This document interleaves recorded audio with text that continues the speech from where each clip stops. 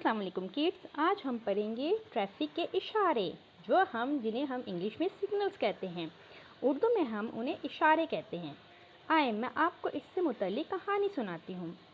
अली अपने अब्बू के हमरा सड़क पार करने लगा तो अब्बू ने इसका हाथ पकड़ लिया और कहा, अली बेटा, सड़क को ध्यान से पार करते हैं।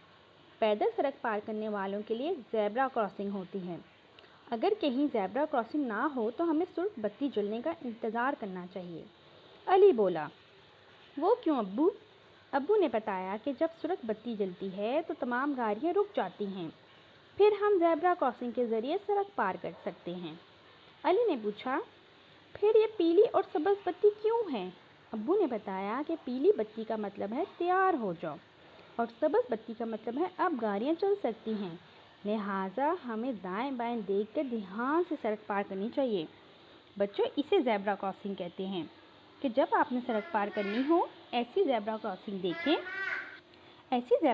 देखें जिसमें आप ध्यान से सड़क पार करें।